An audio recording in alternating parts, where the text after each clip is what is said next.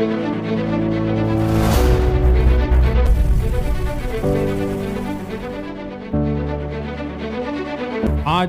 9 और 10 सितंबर को न्यू दिल्ली में G20 की मीटिंग्स हुई, जिसमें दुनिया के पावरफुल कंट्रीज के लीडर्स और कुछ मोस्ट इम्पॉर्टेंट ऑर्गेनाइजेशन के डेलीगेट्स ने इस मीटिंग को अटेंड किया। पर क्या आपने कभी सोचा है कि इस G20 मीटिंग का इंडिया और बाकी की दुनिया पर क्या इम्पैक्ट होने वाला है? अगर हाँ, तो आप बिल्कुल सही जगह पे हैं, क्योंकि आज हम इसी टॉपिक को डिस्कस करने वाले हैं। स्वागत है आपका हमारे चैनल फैक्ट मिस्ट्री पर। हम दुनिया की घटनाओं की गहराइयों में जाकर उनके महत्व को समझाते हैं। तो चलिए आज की वीडियो को शुरू करते हैं, लेकिन उससे पहले अगर आपने चैनल को अभी तक सब्सक्राइब नहीं किया तो फटाफट से चैनल को जाके सब्सक्राइब करके बेल आइकन दबा दीजिए, ताकि आपको आने वाले इंटरेस्टिंग कंटेंट के नोटिफिकेशंस टाइम पर मिले। G20 दुनिया की 19 सबसे बड़ी अर्थव्यवस्थाओं का एक संगठन है, जिसमें यूरोपियन यूनियन भी शामिल है। G20 के मेंबर्स हैं Argentina, Australia, Brazil, Canada, China, Germany, France, India, Indonesia, Italy, Mexico, South Korea, Russia, Saudi Arabia, South Africa, Turkey, UK, USA और द यूरोपियन यूनियन। 1999 में G20 के एस्टैब्लिश होने के बाद इसने बिजनेस, इकोनॉमिक्स और डेवलपमेंट जैसे विश्व के महत्वपूर्ण मुद्दों पर चर्चा करने के लिए एक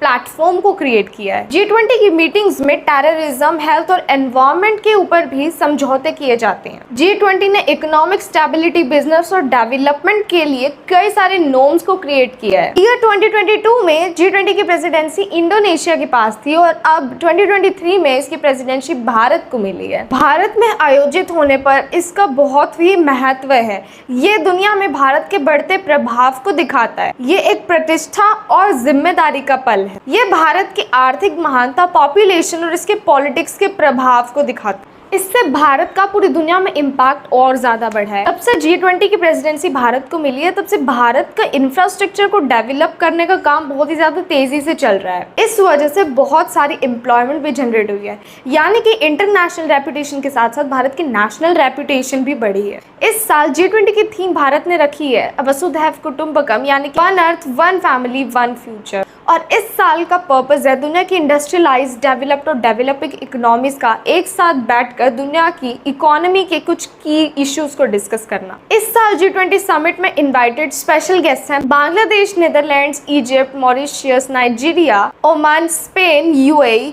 और सिंगापुर। इसके साथ साथ अफ्रीकन यूनियन के प्रेसिडेंट को भी इनवाइट किया गया है। रशिया के प्रेसिडेंट व्लादिमीर पुतिन और चाइना के प्रेसिडेंट शी जिनपिंग इस मीटिंग में शामिल नहीं हुए। 9 और 10 सितंबर की बड़ी मीटिंग दिल्ली के भारत मंडपम के IECC सेंटर प्रगति मैदान में हुई थी। Agenda and priority.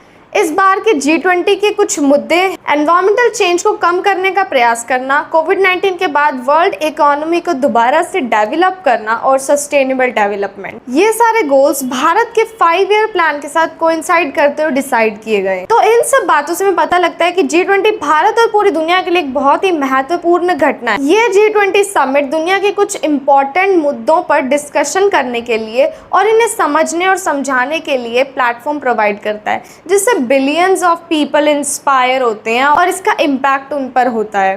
तो आज की वीडियो में बस इतना ही। उम्मीद करती हूँ हमको वीडियो इन्फॉर्मेटिव लगी हो। चैनल पर नए और अभी तक सब्सक्राइब नहीं किया तो फटाफट से कर दीजिए। Thanks for watching.